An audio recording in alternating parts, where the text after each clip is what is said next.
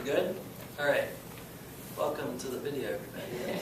You didn't miss anything other than Kaya calling me a hoot. So wait, where can I go? Anywhere in front of this table. Okay. So not anywhere. Okay, so most people have heard of the Sheridan story. We, as Kaya mentioned, we started as a program of a church at Sheridan Elementary School in northeast Minneapolis, which is where we get our name, Sheridan. And that was, in fact, in 2010. And we were able to response to a question from the principal at Sheridan at the time, which we've heard from many principals since then. Which the question was, or the statement was, I've noticed kids, from the principal, I've noticed kids taking extra food at lunch on Fridays, hoarding food, stuffing their pockets with their food, from lunch, and teachers are giving them extra food on Mondays, which we've also heard a lot from different schools. The kids are coming to school not able to pay attention that well in class until they get some nutrition in their system. And the question was, is there anything you can do to help the kids in our school? And our response was, and still is, pretty simple. Our response then was, we'll do something, we don't know what that is. And then it became, how about we put bags of food, put food in bags, give them to kids to take home for the weekend. Consistently, a consistent, stable source of nutrition for the kiddos. We started with 27 kids in kindergarten at Sheridan in 2010. Grew from there over the next few years. And then in 2013-14 school year, I started a nonprofit and piloted it in a few different schools and then launched it more broadly. So that first school year we ended in 13 schools. I think we added Greenleaf in the 14-15 school year? Okay.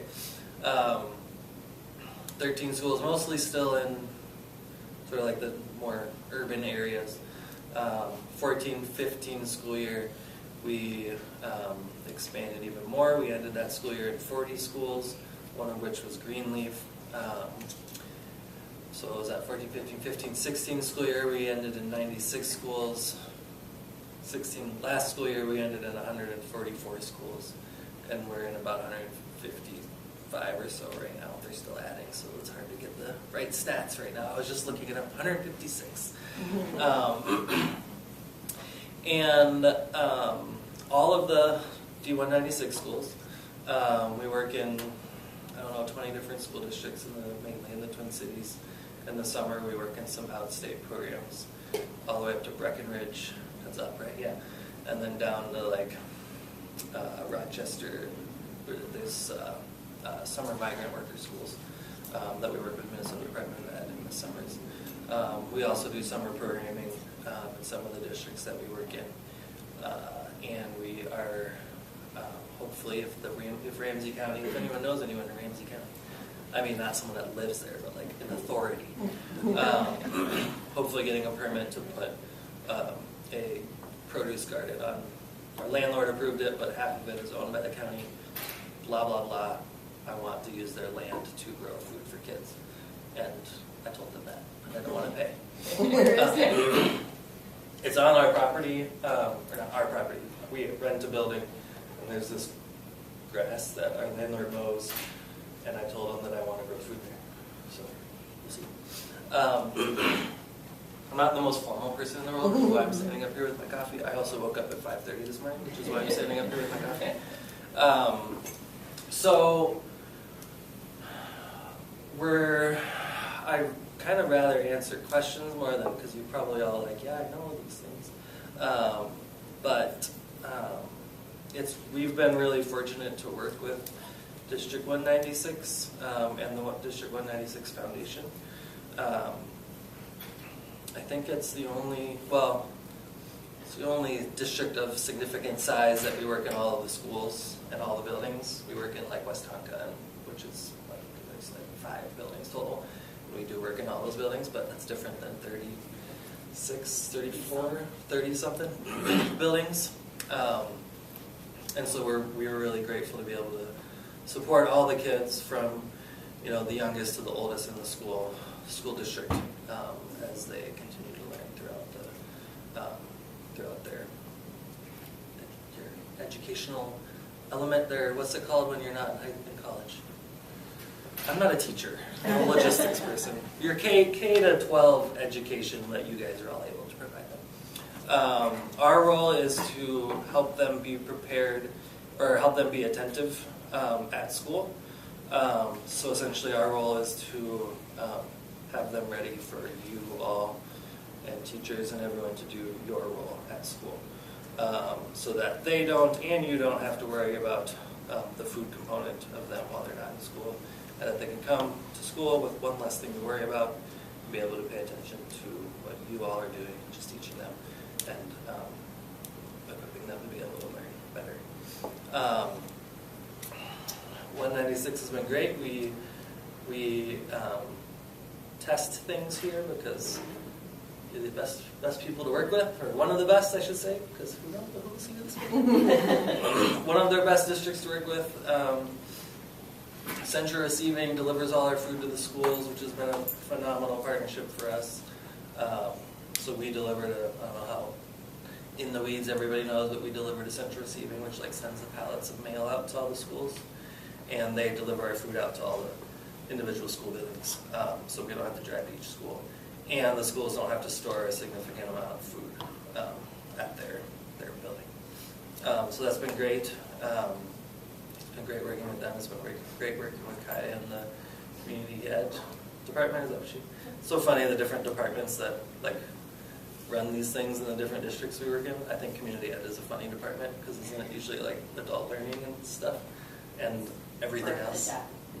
Yeah. So, but they've been great to work with, and I think the foundation started 2 years ago. Restarted. Rebranded. There. We call it that. Rebranded a few years ago, really in partnership with us, sort of at the same time as we were coming in the district. They fund a lot of the program, or the program at a lot of the different schools and fill a lot of the gaps. So we have sponsors, we have other organizations that pay for a lot of the program without going into the super detail. But there's some gaps still in different buildings. Excuse me. And so the foundation is a huge role in making sure that we're able to offer it to all the kids in all the schools and buildings in the district. So I encourage you to consider, or have your folks at your buildings consider the foundation, District 196 Foundation, as one of your opportunities for giving. And then, yeah, United Way, you can designate any organization. You can designate schools at United Way? Awesome, I didn't know that. You designate schools, you can designate the Sheridan Story, or the, can you designate, don't designate the foundation, just give it to the foundation, because United Way takes percentages. Does anyone have any questions? No, I didn't. And did you mention how much it costs per child for a school year? Yeah, going a little into more detail. So we have these sponsors and they fund about half the cost of the program. So they give, the foundation gives $3.71 a bag of food. So $3.71 a kid a weekend, which is about $130 a kid a school year, depending on what weeks you're counting in that number. And then we fundraise kind of the other half of the program, our organization, separately from the sponsors. So the short answer is $3.71 a bag, about $130 a kid a school year, is that sort of sponsor component to add a kid to our program.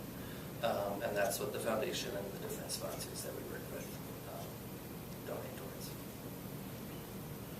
How easy and what does it look like for someone that's interested in being a part of the program? How do you get kids? For the kiddos? How do you?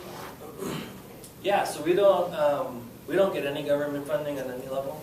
I guess unless you count the foundation, which I don't. So we don't get federal money or anything, and that allows us not to have any income requirements for the kids. So our program is just an opt-in program. So any family that chooses to participate can participate as long as they're in one of the buildings that we work in. And they don't have to have like a statement of need or, tell us the, name of your firstborn or whatever all you have to do for the government stuff, which is why we do not deal with that because it is complicated. They just have to say, yes, we would like to participate. All the list of the names stay at the schools, so I couldn't name you or find out the name of one of the kids in our program. We work in about 156 schools. They said 5,000 or 6,000 kids a week once they're all signed up. And all of that information as far as the names are held at the schools. How do they opt in? We provide, they can opt in as far as we are concerned, really any way the school wants to facilitate that. We provide our own permission slips for all the schools that they can sign and return. They can call and talk to the social worker. Do you guys have like a web one? I think West Tonka has like an online website thing that they can fill out as well. So really whatever, again, we don't, so you keep the permission slips, we don't take them back. We'll take the blank ones back. Use them, blank ones. But the fill out ones, completed ones, all stays at the school. So there's no need for that reason for us to know who the kids are. Yes, a question from the crowd. No, I'm a social worker at a school, and I run it at our school, so I was just going to say a couple things. It's a fabulous, fabulous program. Families who utilize it really, really appreciate it. And the beauty of it from day one that I've thought is you don't have to be, like you were talking about, you don't have to be on county assistance. So many families don't meet those criteria even for free and reduced lunch, but they can get this without jumping through any hoops. So that's really nice. And then social workers send cards home. They have them at assessment days. I put it in our newsletter, so there's a lot of opportunities for families to sign up. And the nice thing is, too, is families don't need it. They say they don't need it anymore. We have enough. We're okay right now. We've made it through this hurdle. So that's the nice thing. So for some folks, it's a temporary. For some folks, it's a year-round. So it's a great program.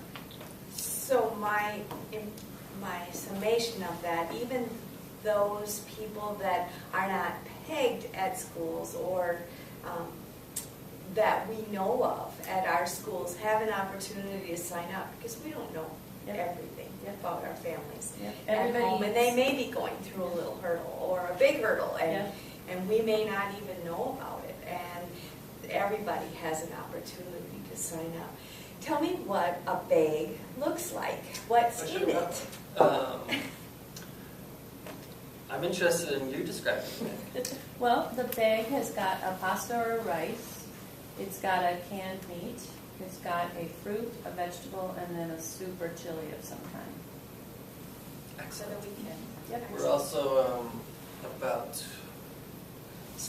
what is this called? Early act, whatever. Something that people don't know about that I'm about to tell you. That's what I'm trying to say. It's too early for these like actual phrases. She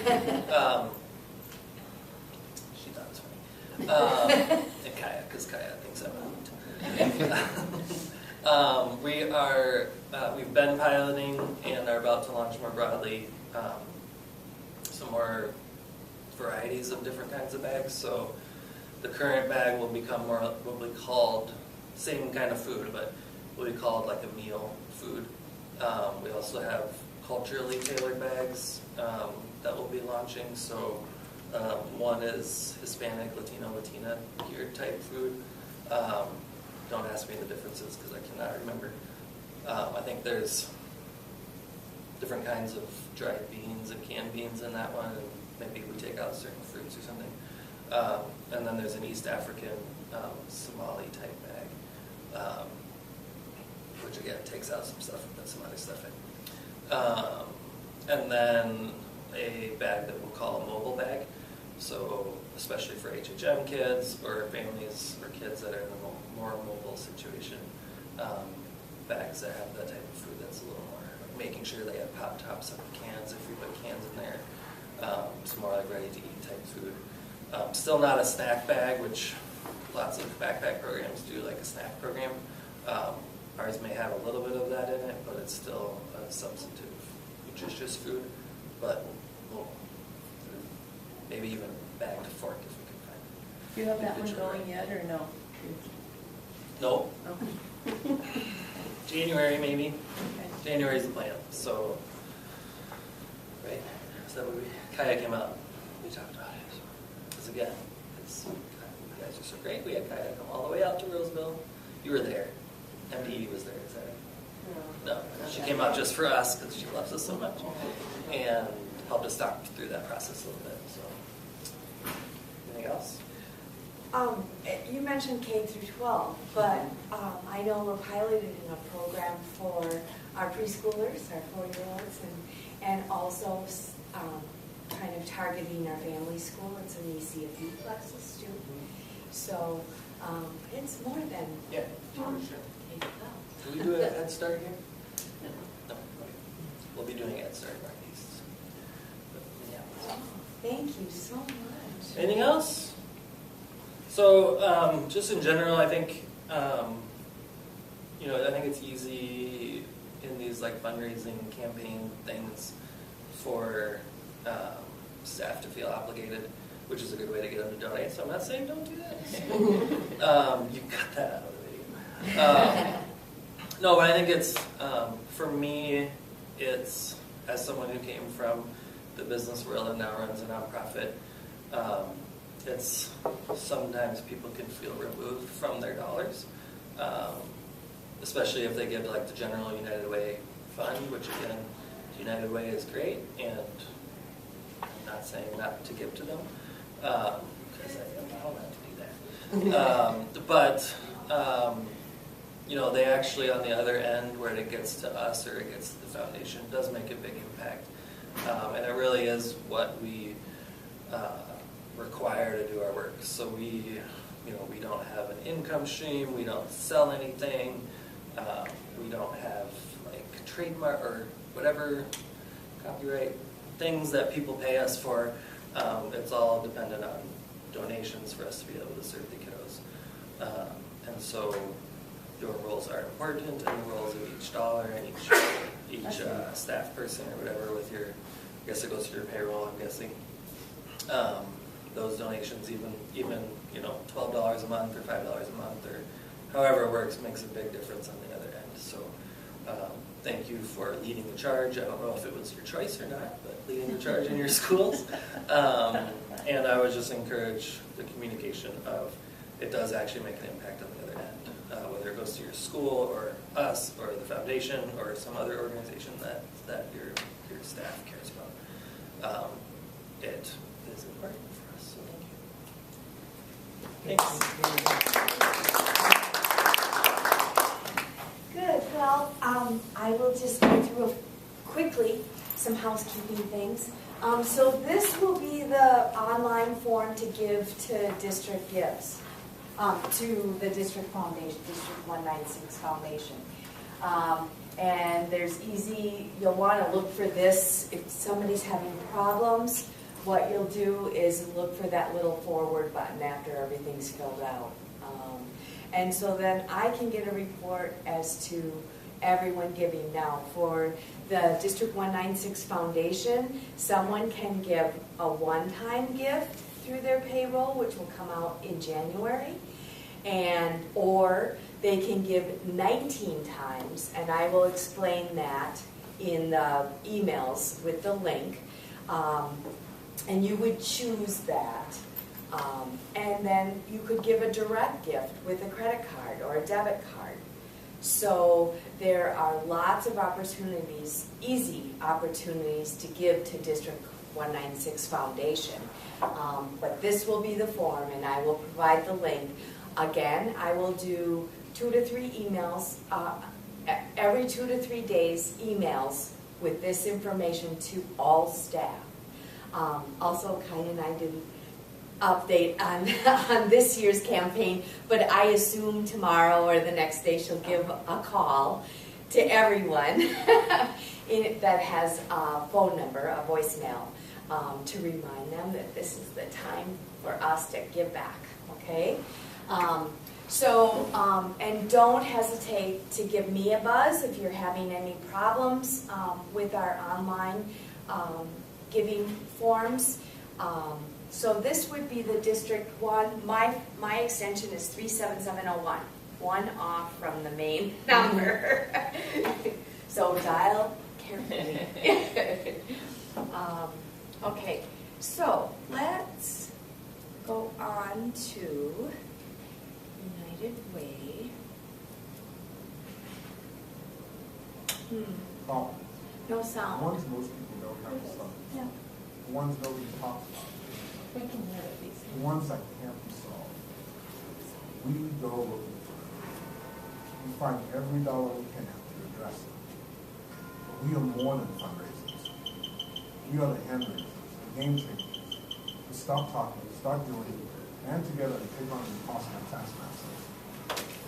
United, we close opportunity gaps for people of color to create cities.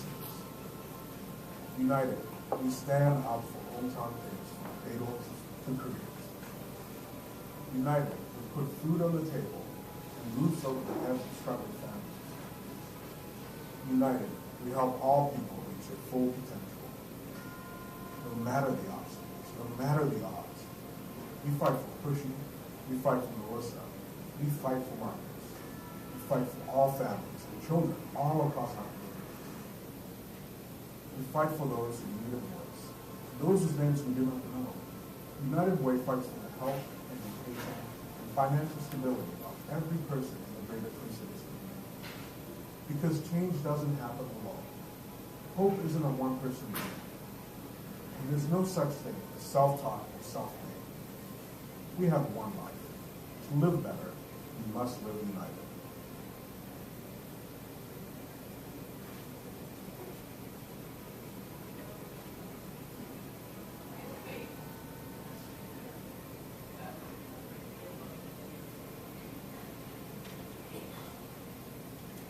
Okay, so there's the United Way piece, and our pledge form, online form will look like this. Again, you have the option to direct give with a credit card or debit card, a one-time option, which would come out of a January check, and then the 19 times payroll deduction that would come out 19 times. And I'll specify that, those months when that comes out.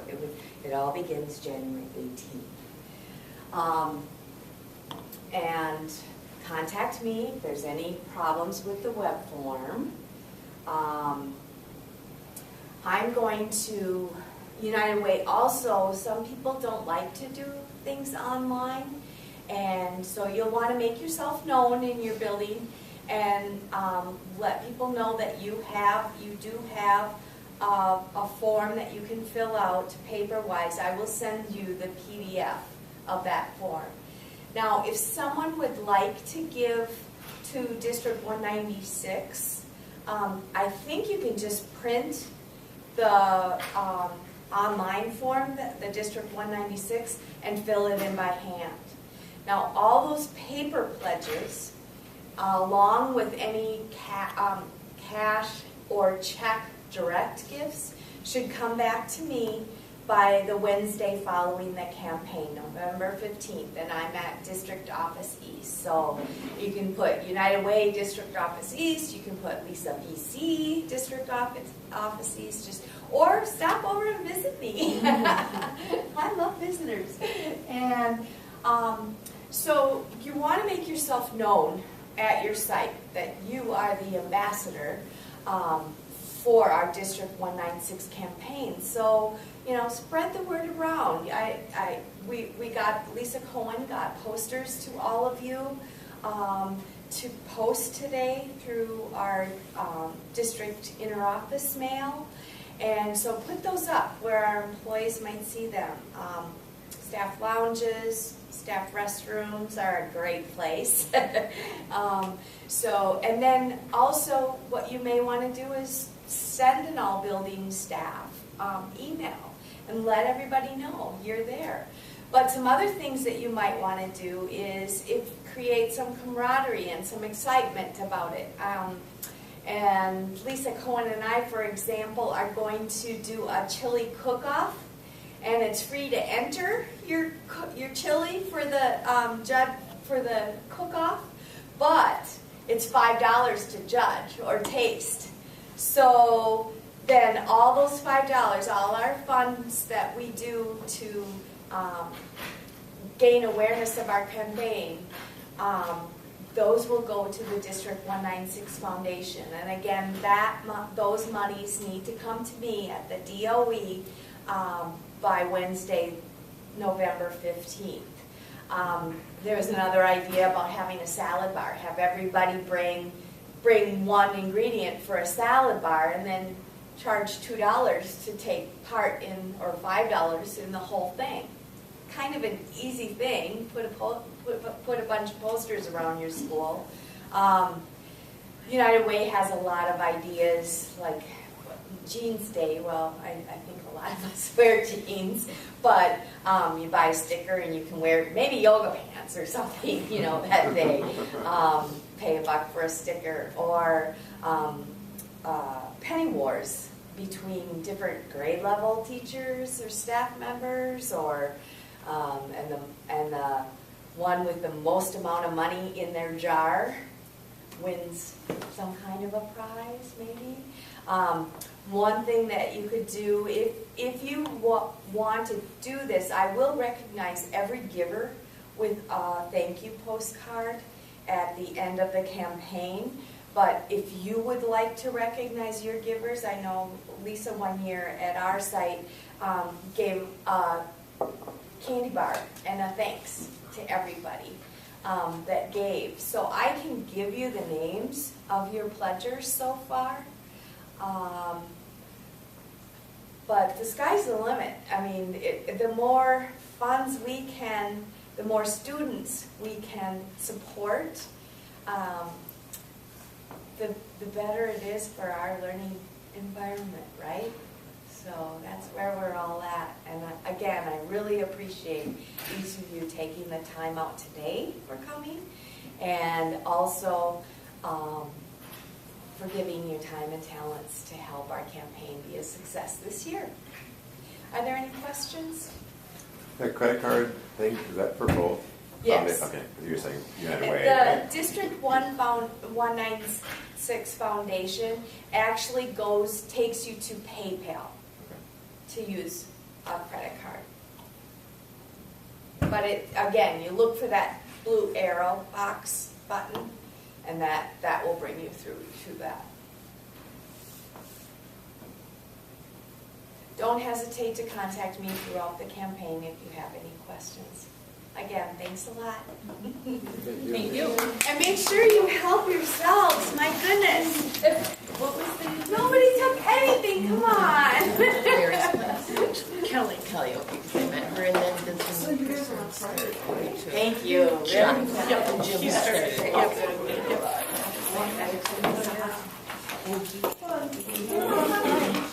We're finally. Thank you for coming. That's great.